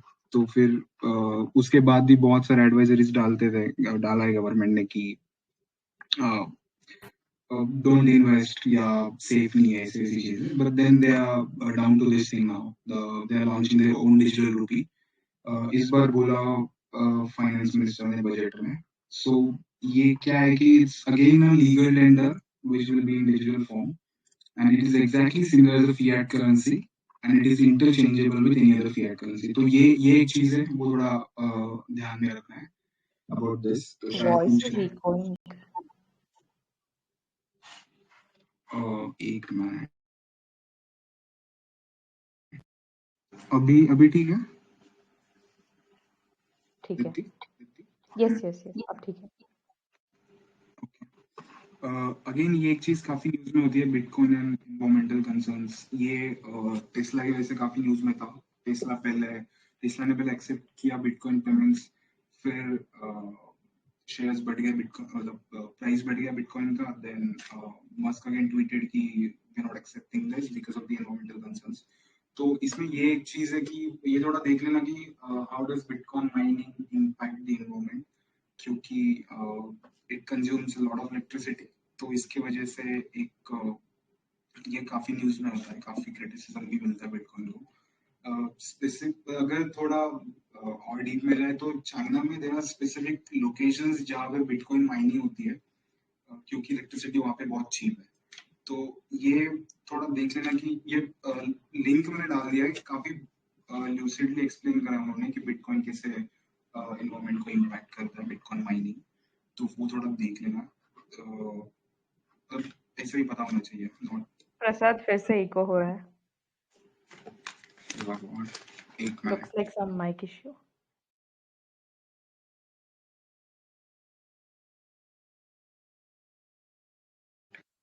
Hello, अभी यस यस, अब ठीक है.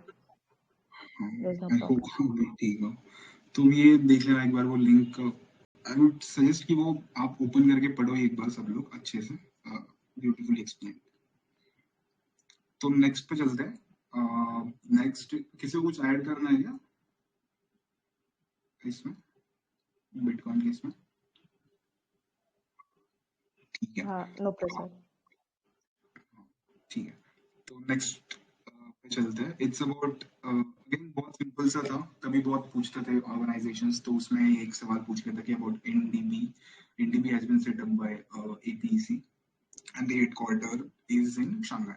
तो करेक्ट स्टेटमेंट पूछा था. इसमें मैंने एक थीम ऑब्जर्व करी कि जो पेरेंट ऑर्गेनाइजेशन होती है, मिनिस्ट्री होती है, या जिसके अंडर कुछ चीजें हो रही है ऐसे दिया हुआ है स्टेटमेंट में, they are most likely to be incorrect because that's the easiest way to do students. हमने ये इस 2014 में भी ये चीज देखी, 15 में भी ये चीज देखी, 2021 में भी इसका एक एग्जांपल है। जैसे ये नीचे एग्जांपल दिया है कि 2021 में ये पूछा गया था, तीनों स्टेटमेंट्स दिए गए थे अबाउट ग्लोबल ओशन मिशन था सीबेड एक्सप्लोरेशन के ऊपर। तो उन्होंने सिर्फ ये स्टेटमेंट चेंज, ये फ्रेज चेंज कर दिया, ऑर्गेनाइजेशन चेंज कर दी, global ocean commission grants license for seabed exploration करके। तो और अगर if you eliminate that option, you're left with only second option, so you get the answer. If you अगर आपको ये भी चीज पता है, if you take a guess कि मिनिस्ट्री या ऑर्गेनाइजेशन ये गलत होगी, तो you get the answer. Again 2015 में उन्होंने वैसा ही करा था। वैसे बाय द वे ये फर्स्ट स्टेटमेंट में करेक्ट एजेंसी कौन सा है फिर? The global ocean commission, international seabed authority under UN close. Correct, UN clause. तो अगेन ये 2015 में पूछा गया था अबाउट ग्रीन क्लाइमेट फंड। हाँ, ये मैंने तभी भी डिस्कस करा था ये चीज कि if there are multiple organization एक ही स्टेटमेंट में, सो उसमें they are most likely to be incorrect, क्योंकि उसमें कोई भी एक ऑर्गेनाइजेशन भी वो चेंज करके देते तो यू गेट ट्रैप्ड उसमें। तो ऐसे ही उन्होंने सेकंड स्टेटमेंट में they have given 4 organisations about green climate fund, जो कि चारों ही गलत है। It's under UNFCCC. तो ये एक थीम देख लेना अबाउट पेरेंट ऑर्गेनाइजेशन या मिनिस्ट्रीज। 2014 में भी एक हमने डिस्कस करा था अबाउट रेनफेड वाला मिनिस्ट्री के ऊपर था। तो ये एक इम्पोर्टेंट थीम है। अगर इफ यू डोंट नो और आपको चांस लेना है तो आप ये वे में सोच के ले सकते हो चांस। ठीक है, संजय थोड़ा स्क्रॉल करोगे ऊपर प्लीज।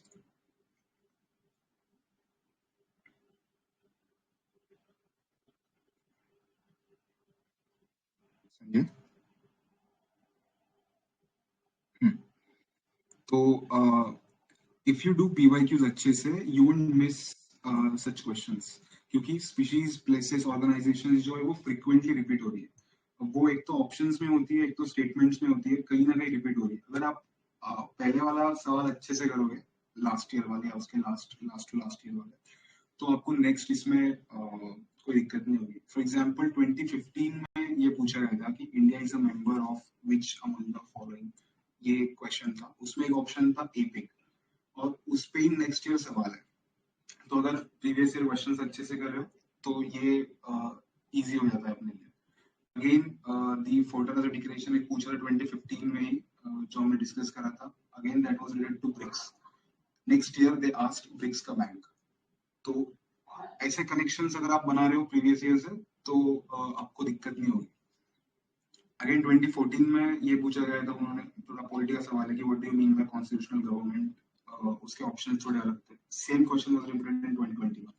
तो जिसने वो कॉन्सेप्ट वहां पे सही किया था उसको 21 में कोई दिक्कत नहीं होगी। अगेन इकोनॉमी के तो क्वेश्चन से रिपीट थे 2021 में, ऑप्शंस का सीक्वेंस भी वही था। तो ये पैटर्न इंपॉर्टेंट है प्रीवियस ईयर का, कि अगर आपको ऑप्शंस में भी कोई ऑर्गेनाइजेशन दिख रही है या आपको कोई मिनिस्ट्री दिख रही है, कोई स्कीम दिख रही है, तो आपको उसको थोड़ा अच्छे से एक्सप्लोर करना सही रहेगा। तो about the question now, NDC is again the BRICS का बैंक है, everybody knows this. Then it was at the 6th BRICS Summit in Fortaleza, Brazil 2014 में, headquartered at Shanghai। एक फैक्ट इसमें कि ब्रिक्स मतलब NDB नए मेंबर्स ज्वाइन कर सकते हैं, बट ब्रिक्स का share should not be less than 55%। थोड़ा फैक्चुअल है, बट मे बी ट्रिक कर सकता है यूपीएससी वो इन नंबर्स एंड और 50 लिख देगा या 51 लिख देगा फॉर इट। तो एक बार लिख लेना, थोड़ा पैरेलल उसके जैसे बैंक से शॉर्ट में लिख दिया उनके बारे में। About ADB, Asian development bank, members are not only Asian। ये शायद 2018 में भी क्वेश्चन था अबाउट एशियन डेवलपमेंट बैंक की कितने members। वॉइस नहीं आ रही है बिल्कुल भी।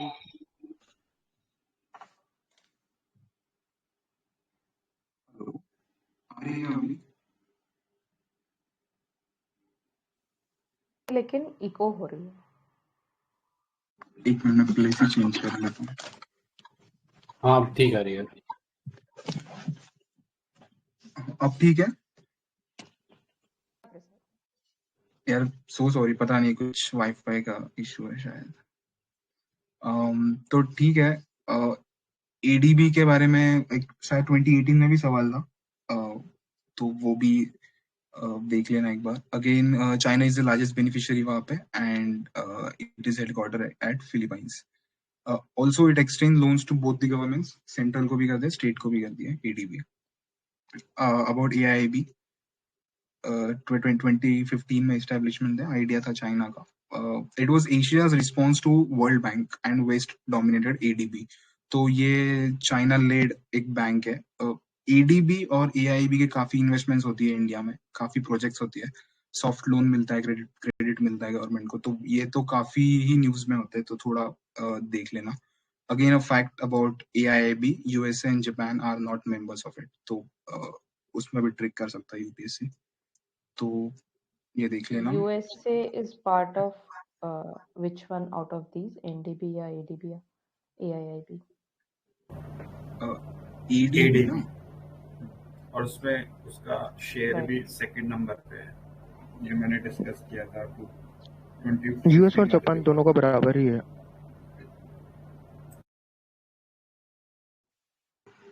कूल.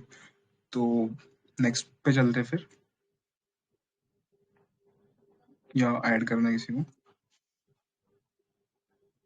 ठीक है. ये तो काफी simple question. Sorry Deepti, you saying something? चलते हैं बोल रहे थे. हाँ sure.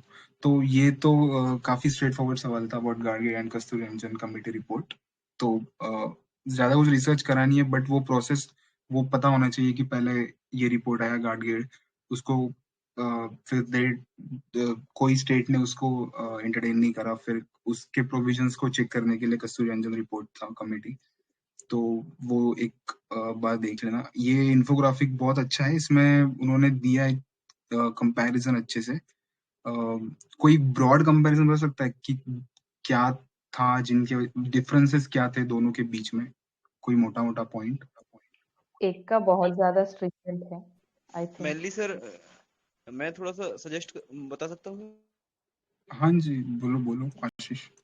मेनली सर गाडगिल और माधव जो के कस्तूरी रंजन, इन दोनों लोगों ने पश्चिमी घाट को लेके वेस्टर्न घाट को लेके अपनी अपनी रिपोर्ट सबमिट करी, और मेनली रीजन को लेके डिफरेंस था. इन लोगों ने 60 या 64% माधव गाडगिल जो समिति आई थी उन्होंने सपोर्ट किया था कि 64% को कंजर्व कर दिया जाए और मेनली यहाँ इंडस्ट्री वगैरह कोई भी सेटअप ना करा जाए. जबकि के कस्तूरी रंजन ने जो बाद में अपनी रिपोर्ट सबमिट करी, जो इसरो के हेड थे, तो उन्होंने सजेस्ट किया कि 30% या 32% को ही सिर्फ कंजर्व एरिया घोषित करना चाहिए वेस्टर्न घाट को. मेनली यहाँ पे कुछ जैसे इंडस्ट्रीज भी अपन ऐड लगा सकते हैं, क्योंकि सस्टेनेबल डेवलपमेंट की अपन को फॉलो करना है, सस्टेनेबल डेवलपमेंट को. तो ये कॉन्सेप्ट दोनों ने थोड़ा सा अंतर यही था सर. करेक्ट. मेन डिफरेंस ये था कि गाडगिल रिपोर्ट प्रॉपरली, मतलब 100% एनवायरमेंट को लेके था. They excluded development at all. But Kasturi Rangan ने दोनों चीजें साथ में लेके चली थी, एनवायरमेंट भी और डेवलपमेंट भी. इसीलिए वो थोड़ा मतलब कॉन्फ्लिक्टिंग से रिपोर्ट थे दोनों. और आपने जो 30% बोला, तो वो थोड़ा 37% था. उससे वो उतना एरिया सेंसिटिव रखना है, बाकी they can go for human settlements या फिर डेवलपमेंट के लिए. तो ये डिफरेंस था हाँ अबाउट दिस. तो ठीक है, फिर ये इन्फोग्राफिक एक बात. हाँ, ये पता है करंट में इसलिए भी इम्पोर्टेंट हो जाता है. अभी शायद केरला में इशू चल रहा था सिल्वर लाइन रेलवे नेटवर्क का, कुछ मुझे नेम याद नहीं आ रहा exact. Sure sir. Silver line network से रिलेटेड एक कंट्रोवर्सी चल रही थी, तो मे बी ये इम्पोर्टेंट हो सकता है रीजन वेस्टर्न घाट्स. यही था सिल्वर लाइन. एक्चुअली केरला भी बहुत अपफ्रंट था दोनों रिपोर्ट को मतलब मना करने के लिए. They wanted to keep everything for मतलब डेवलपमेंट पर्पस, तो इसीलिए शायद. मेनली सर कादर ट्राइब भी अभी न्यूज में थी काफी ज्यादा. कौन सी ट्राइब? कादर ट्राइब. अच्छा, ये कहाँ की है? मेनली ये कर्नाटका केरला के रीजन में, कर्नाटका केरला. अच्छा ओके. क्यों न्यूज में थी वैसे आशीष? एक बार डिस्कशन ग्रुप में डाल देना आशीष, जो आप कह रहे हो ना वो ट्राइब, तो शायद सुनने में थोड़ा दिक्कत हो सकता है सब. ठीक है,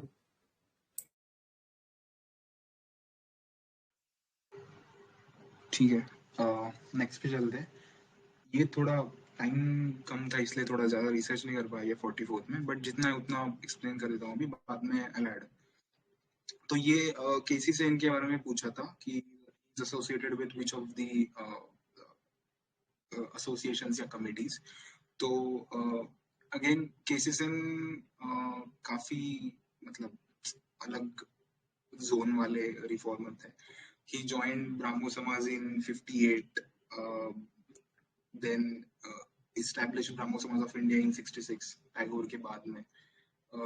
उसका एक अलग फैक्शन बना देन साधारण ब्राह्मो समाज इन 1878। कोई बता सकता है क्या रीजंस थे कि अलग फैक्शन निकला वहां से? उन्होंने अपनी लड़की की शादी एक माइनर से कर दी थी, मतलब चाइल्ड नहीं, मैरिज। लड़की माइनर थी, शादी महाराजा से करे थी। हाँ भाई। हाँ, तो काफी मतलब अगेंस्ट हिज ओन प्रिंसिपल्स वाली चीज हो गई थी। ये हम लोग इथिक्स में भी कोट कर सकते हैं एज एन एग्जांपल केसी सेन। तो again he was under great influence of Christianity. इसीलिए उन्होंने नभा विधान सोसाइटी भी एस्टैब्लिश करी थी, जो हिंदुइज्म और क्रिश्चियनिटी का मिक्स प्रीच करती थी। तो ये भी याद रखना, आजकल अक्सर ऐसा कुछ भी पूछ रहा है यूपीएससी, तो शायद इसमें ये पूछ ले। अगेन ये जो ऑप्शंस थे, इंडियन रिफॉर्म एसोसिएशन, ये उनकी एसोसिएशन थी which was loyalist to crown. Again थोड़ा हटके कुछ है उनका, तो ये चीजें थी। देन कैलकाटा। एक और फैक्ट है इसमें, उन्होंने एक फोर्टनाइटली जर्नल भी स्टार्ट किया था, इंडियन मिरर, वो एक एक्स्ट्रा फैक्ट। अच्छा, इंडियन मिरर किसी और का था ना? नहीं, इन्हीं का था, केसी सेन। राजा राम मोहन रॉय का कुछ है क्या? नहीं, उनका तो ब्राह्मणिकान संबंध, कौमुदी, अमीरातुल अकबर, ये सब था। लेकिन इंडियन मिरर किसी और का। इंडियन मिरर शायद एनएन सेन करके कोई है, मतलब मुझे पता नहीं, मैंने नोट्स में भी चेक करा, मुझे एनएन सेन भी नहीं पता, बट उसका कुछ दिख रहा है इंडियन मिरर, तो शायद आप कंफ्यूज हो गए। इंडियन मिरर ऑनलाइन में तो देवेंद्रनाथ टैगोर का है इंडियन मिरर, देवेंद्रनाथ टैगोर। ये तीसरा मिरर है शायद फिर। ठीक है, इस बाद में डिस्कस कर लेंगे। अभी किसी को मिलता है तो कंफर्म कर देना डिस्कशन वाले ग्रुप में। हाँ, मैं भी चेक करता हूँ। ठीक है, और नेक्स्ट पे चलते हैं फिर।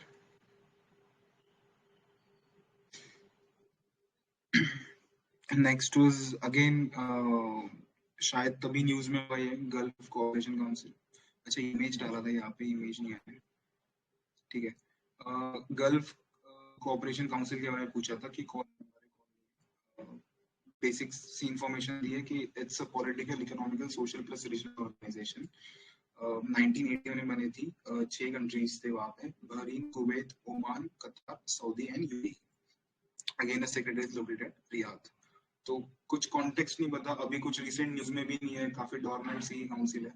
तो हाँ, लास्ट ईयर एक थोड़ा न्यूज में थी बिकॉज यूएनएससी का ये लास्ट ईयर शायद, हाँ, यूएनएससी का में मेंबरशिप मिली थी, मतलब वो वाली, तो मतलब उन्होंने एक्सेप्ट करा था वो चीज। आई थिंक जो इसका कॉन्टेक्स्ट था ना उस टाइम पूछने का ये था, जो सऊदी अरेबिया और कतर का था ना, तो इनके टेंशन्स चल रहे थे, मतलब तो सऊदी अरेबिया ने अपना एयर स्पेस और मतलब ट्रेड रूट बैन किया हुआ था, वो 2017 में ही मतलब स्टार्ट किया है। और इसमें इजी वे में हम ऐसे कर सकते थे, क्योंकि अब रेड सी आप देखोगे ना तो ये अपोजिशन में है, मतलब ईरान एक शिया डोमिनेटेड है, बाकी ये सब सुन्नी डोमिनेटेड है, तो वैसे भी एलिमिनेट कर सकते थे ईरान को।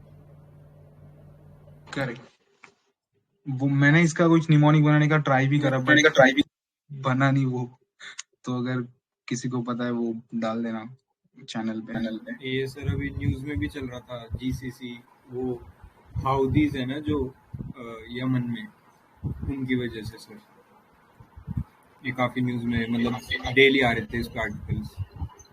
कुछ रिजोल्यूशन पास करा था उनके इसमें, उसके लिए था शायद उनका 45th मीट कुछ हुआ था जीसीसी का लास्ट टू लास्ट ईयर ऐसे करके कुछ, उस कॉन्टेक्स्ट में शायद आप बोल रहे हो स्पर्श।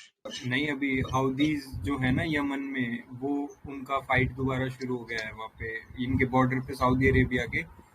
तो ये सऊदी अरेबिया वाले पाकिस्तान को और ईरान को ब्लेम कर रहे हैं, उनको मतलब वो उनके पनाह दे रहे हैं ना उनको, उस चक्कर में आ रहा था ये डेली। और एक और यूएई पे उसके एयरपोर्ट पे मतलब अटैक किया था, तो वहाँ पे कैजुअलिटी हुई थी एक इंडियन और एक पाकिस्तानी की, तो वो भी हाउदीज ने किया था। अच्छा ठीक है, मैं ऐड कर दूंगा और कोई रिसेंट कॉन्टेक्स्ट है तो। ठीक है संजय, ये ग्लोबल फाइनेंशियल स्टेबिलिटी रिपोर्ट यहाँ पे कैसे आ गया पता नहीं, पर ये लास्ट वाला है 50th क्वेश्चन है। 46th देख लेते हैं।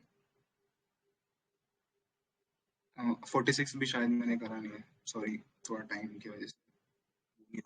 मैं कर दूंगा ऐड। नेक्स्ट पे चलते हैं। 47th BRI के ऊपर था, काफी प्लेन सिंपल सवाल पूछ लिया उन्होंने। तभी काफी न्यूज में था BRI, देन वो स्ट्रिंग ऑफ पर्ल्स, 9-9 वगैरह वो सब चीजें चाइना की, तो उसके कॉन्टेक्स्ट में है।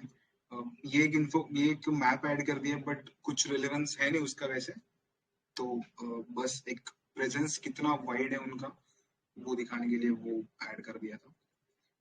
अगेन इसमें एक चीज है जो मेंस में हम कीवर्ड्स या फ्रेजेस यूज कर सकते हैं विद रिस्पेक्ट टू चाइना।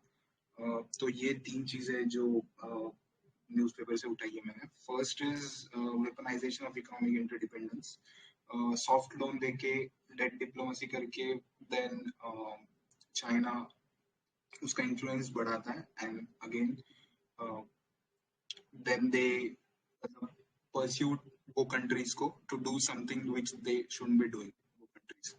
तो ये हम डायरेक्टली फ्रेजेस यूज कर सकते हैं मेंस में, weaponisation of economic interdependence and debt diplomacy. Third one is organised hypocrisy, जो अभी काफी न्यूज में चल रहा है रशिया यूक्रेन के बारे में।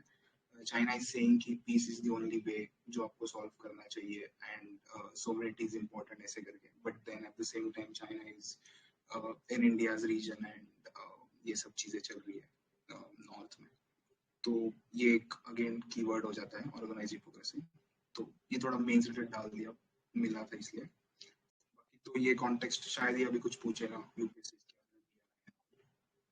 तो काफी डॉक्यूमेंट्स हो गया। इससे रिलेटेड एक मुझे लगता है ऐसा क्वेश्चन मतलब फ्रेम कर सकते हैं, मतलब इतना टफ नहीं होगा, इजी सा होगा कि जो मतलब यहाँ पे सी पोर्ट्स हैं तो उनको ईस्ट टू वेस्ट या वेस्ट टू ईस्ट अरेंज करने के लिए आ सकता है। लाइक जैसे म्यांमार में एक, देन बांग्लादेश है, देन श्रीलंका है, देन ग्वादर, उधर ओमान में भी है, जिबूती, तो इस टाइप से मतलब नेम वाइज पूछ सकते हैं।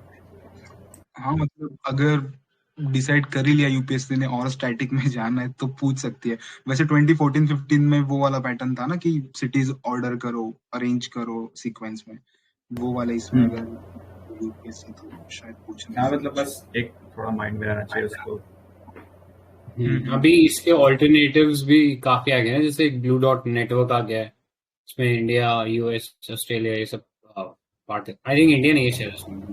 इंडिया नहीं है, बाकी तीनों कंट्रीज है, और वो एक सर्टिफिकेशन प्रोग्राम है ताकि कोई भी कंट्री डेब्ट ट्रैप में फंस ना पाए, ताकि वो पहले सर्टिफिकेट देते हैं कि ये मतलब जो प्रोजेक्ट है फीजिबल है, मतलब वाइबल है, आप इसमें इन्वेस्ट करोगे तो आपको इतना रिटर्न मिलेगा।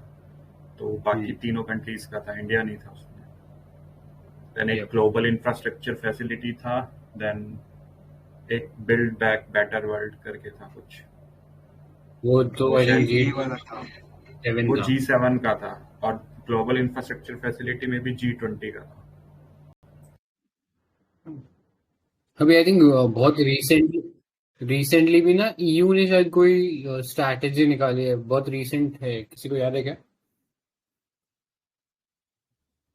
European union global gateway initiative. हाँ करेक्ट, ग्लोबल गेटवे इनिशिएटिव। हाँ सर, वो काउंटर है, ये BRI को काउंटर करने के लिए उन्होंने ऐसा शुरू किया। हाँ तो मतलब ये सारी टर्म्स डाल सकता है एक साथ, लाइन मैन पूछ सकता है कि मतलब आई थिंक थोड़ा सा ज्यादा ही हो जाएगा वो, बट हाँ ये पता होना चाहिए कि किस चीज के काउंटर में है वो।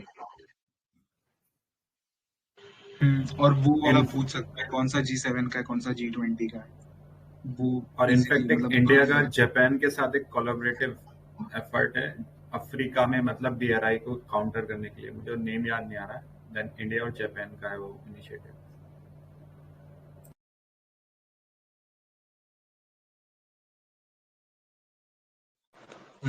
रिसेंटली मॉन्टेग्यूरा जो है यूरोपियन कंट्री, वहाँ पे करंट न्यूज में था अभी। मॉन्टेनेग्रो यूरोप का कोई कंट्री है ना वहाँ पे।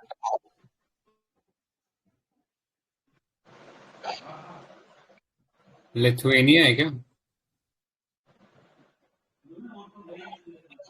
ना, मॉन्टेनेग्रो। जो मॉन्टेनेग्रो, तो वो किस लिए न्यूज में? BRI अपने बेल्ट रोड इनिशिएटिव में, BRI प्रोजेक्ट में चाइना ने उसको एक्वायर किया था। मॉन्टेनेग्रो ने लोन लिया था चाइना से रोड इंफ्रास्ट्रक्चर के लिए, लेकिन वो प्रोजेक्ट फेल रहा, सो लोन रीपे नहीं कर सकी, तो डेप में रहा मॉन्टेनेग्रो। सो उतना जो लैंड है वो चाइना एक्वायर कर रहा है। अच्छा ठीक अच्छा। है, सिंस 6 मंथ अराउंड हो गया, वो न्यूज ऐप में था। कूल है। ठीक है देन, और नेक्स्ट पे चलते हैं ना। नेक्स्ट पे चलते हैं।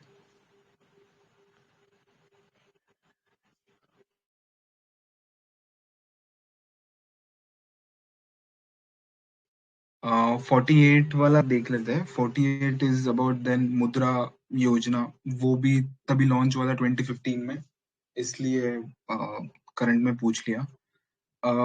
ऑप्शंस काफी स्ट्रेट फॉरवर्ड थे। इसमें ये एक चीज मैंने ऑब्जर्व करी कि अगर कोई योजना कोई स्कीम के बारे में पूछ रहे तो चारों option mostly north south west east ऐसे करके होते हैं। तो इवन इफ यू नो थोड़ा बहुत भी, या थोड़ा मतलब एटिमोलॉजी पे जाके कुछ तुक्का लगाने की कोशिश करते हो तो mostly you'll get it right. तो ऐसी जगह पे थोड़ा चांस लेना बनता है। Now about this PMMY, it's micro units development and refinance agency, जो गवर्नमेंट ऑफ इंडिया की है, मिनिस्ट्री ऑफ फाइनेंस के अंडर 2015 में लॉन्च करा था about providing loans 10 lakh rupees तक to micro and small enterprises. ये कोलेटरल फ्री लोन्स थे, मतलब लोन्स होते हैं 10 लाख रुपीज तक, जो ये स्कीम के अंडर दिए जाते हैं। ऑल्सो मुद्रा खुद लॉन्च लेंड नहीं करती है पैसा, but it lends mainly through NBFCs and micro finance institutions. Then banks के थ्रू भी करती है, but mainly through this two channels, NBFCs and MFIs. Again, the loans are collateral free loans. 3 products इसके under important है, categorisation बोल सकते हैं, सब कैटेगराइजेशन, शिशु, किशोर एंड तरुण।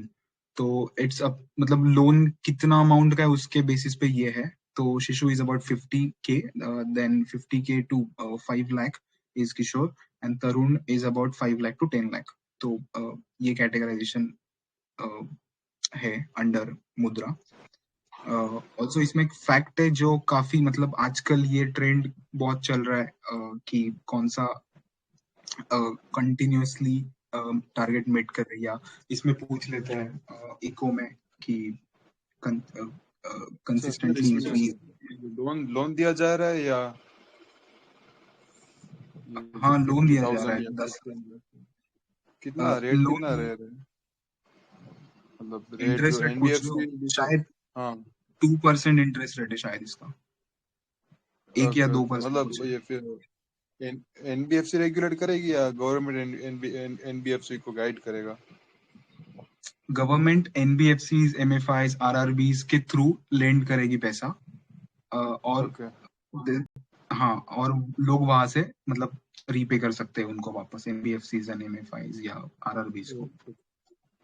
खुद लेंड नहीं करती, क्योंकि अगर खुद लेंड करेगी तो इन मतलब रिकवर करना मुश्किल हो जाएगा, इसलिए ये चैनल्स है NBFCs एंड ऑल।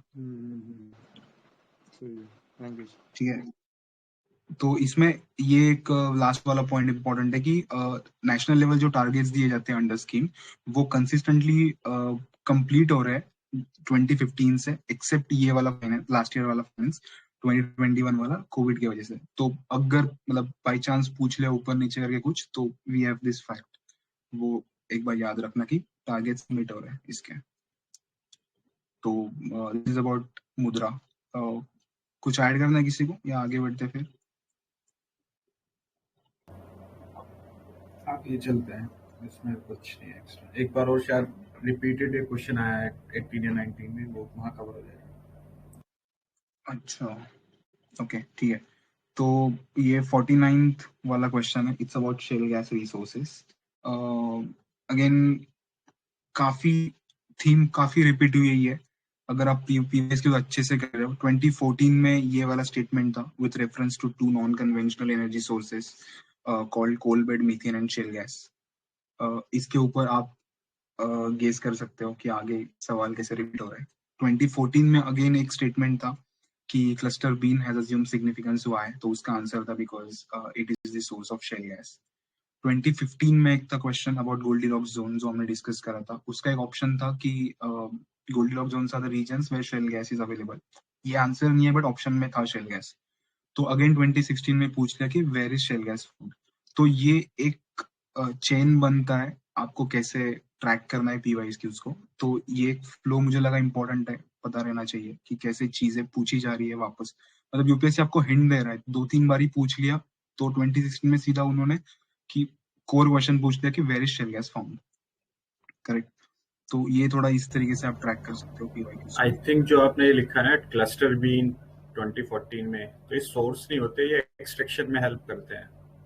हाँ, मैंने वो कट शॉर्ट करके स्टेटमेंट डाल दिया है, फिर वो बहुत बड़ा हो जाता, तो इसलिए मैंने वो थोड़ा रीफ्रेम करके डाल दिया है। अतुल, ठीक है। और इस क्वेश्चन को ना ऐसे भी कर सकते थे हम नॉर्मली, मतलब शेल गैस मतलब ज्यादातर वो सेडिमेंट्री रॉक्स में मिलते हैं, और जितने भी ये बेसिन्स होते हैं तो ये सेडिमेंट्स डिपॉजिट करते हैं, तो लेयर्स बनते रहते हैं, तो मिल सकते हैं सभी बेसिन्स में। करेक्ट, तो वो वाला भी कर सकते थे। हाँ, वो वाला लॉजिक आप अप्लाई कर सकते हो इसमें। तो about shale gas also known as tight oil, तो स्मॉलर बैचेस में मिलते हैं, इसलिए इंडिया में इसकी इतनी कमर्शियलिटी नहीं है, इतना ज्यादा प्रोडक्शन होता नहीं है। अगेन डीपर जाके एक्सट्रैक्ट करना पड़ता है than conventional crude deposits. Conventional deposits can be extracted from the permeable rocks easily, but shale gas is trapped under low permeable rocks, तो उसको extraction के लिए अलग मतलब और deep जाना पड़ता है, प्रोसेस अलग है। ये क्विक फैक्ट है, Russia and US are among the largest shale oil producers, while Indian basins do not indicate commerciality। इसीलिए हमारे यहाँ ज्यादा न्यूज में ये चीज नहीं होती है, news in the sense commercial उसका एप्लीकेशन उतना नहीं है। हालांकि लास्ट ईयर 2021 में राजस्थान, वेस्टर्न राजस्थान में बरमार हिल्स के पास कुछ डिपोजिशंस मिले, तो वहां पे शेल एक्सप्लोरेशन स्टार्ट होगा। तो उसके कॉन्टेक्स्ट में अगर शेल रिपीट होता है सवाल, तो ये चीज देख सकते हो। अगेन ये थोड़ा इंफोग्राफिक डाल दिया है कि कितने हाइट पे एक्सट्रैक्ट करके आप निकाल सकते हो चीजें। तो यूल सी की कोल बेड मीथेन बहुत ऊपर है, कन्वेंशनल गैस है, उसके बाद conventional oil, then tight sand oil, that's shale। तो ये बेसिक सा इंफोग्राफिक दे दिया। बर्मा रेल के बारे में कुछ ज्यादा मिला नहीं मेरे को, बर्मन जो है प्रोनाउंसिएशन का। संजय, आपको कुछ पता है क्या? मैंने ढूंढा कि उसके आजू बाजू इर्द गिर्द क्या है, बट didn't find anything। एक बार रिपीट करना। कौन सी चीज? आपने अभी कुछ पूछा ना? हाँ, आई वाज सेइंग कि ये वेस्टर्न राजस्थान में बरमार हिल्स में मिला है ना ये डिपोजिशन, तो उसके बारे में I try to find out things, but मेरे को कुछ कॉम्प्रिहेंसिव सा मिला नहीं, तो मैं पूछ रहा हूँ आपको कुछ पता है क्या उसके बारे में? आई थिंक नहीं, मेरे को भी आइडिया नहीं है। दुर्गा एंड लक्ष्मी नाम से साइट्स है, वहाँ पे ये मिला है। कौन सी साइट्स? आशीष, आप एक बार वो डिस्कशन ग्रुप में डाल दोगे क्या? ओके। हाँ, वो बेटर हो जाएगा।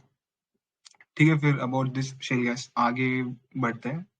लास्ट वाला question, global financial stability report is prepared by, again जिससे अभी संजय ने भी डिस्कस करी ये चीज कि 2-3 बारी से रिपोर्ट्स नहीं पूछे जा रहे, तो शायद पूछ ले, पता नहीं। तो अब ये आता है आईएमएफ पब्लिश करता है ये report, global financial stability report. एक अपसर्ड सा लॉजिक मिला, पता नहीं सेंस बनता है नहीं, बट 2015 में सीसेट में एक पैसेज पूछा गया था about global financial stability report, और 2016 प्रीलिम्स में GS1 में ये पूछा गया सवाल। तो just rote this thing about this report. It is semi annual report, अप्रैल में आता है, देन अक्टूबर में आता है, and it replace 2 previous reports, international capital markets report जो कि एनुअल रिपोर्ट था, and quarterly emerging market financing report, ये क्वार्टरली एक रिपोर्ट था। तो ये एक इससे पैरेलल एक सवाल है कि financial stability, global financial stability report तो आईएमएफ करता है, बट फाइनेंशियल स्टेबिलिटी रिपोर्ट कौन आरबीआई। करेक्ट। तो सिंपल सा सवाल था, दोनों में देख लेना डिफरेंस। ठीक है, फिर I think that's it Sanjay. Okay, so I think 20 question ही करे हमने, थोड़ा स्पीड हमें बढ़ाना पड़ेगा। शायद मैं थोड़ा स्लो कर दिया आज, बट कल कोशिश करना थोड़ा सा, एक तो सब लोग टाइम पे आएंगे ना तो थोड़ा जल्दी स्टार्ट हो पाएगा ना। एंड जिन जिन के पार्ट रह गए हैं वो लोग प्लीज अपना कंप्लीट कर लो, ताकि कल में हम लोग कोशिश करके फिनिश कर सकें इसे। सर मैंने तो कर लिया था, बट पता नहीं मैं आपको नहीं बोल रहा सर, गलती हुई। आपको ही बोल रहा, बाकियों को जिन्होंने स्टार्ट नहीं किया उनको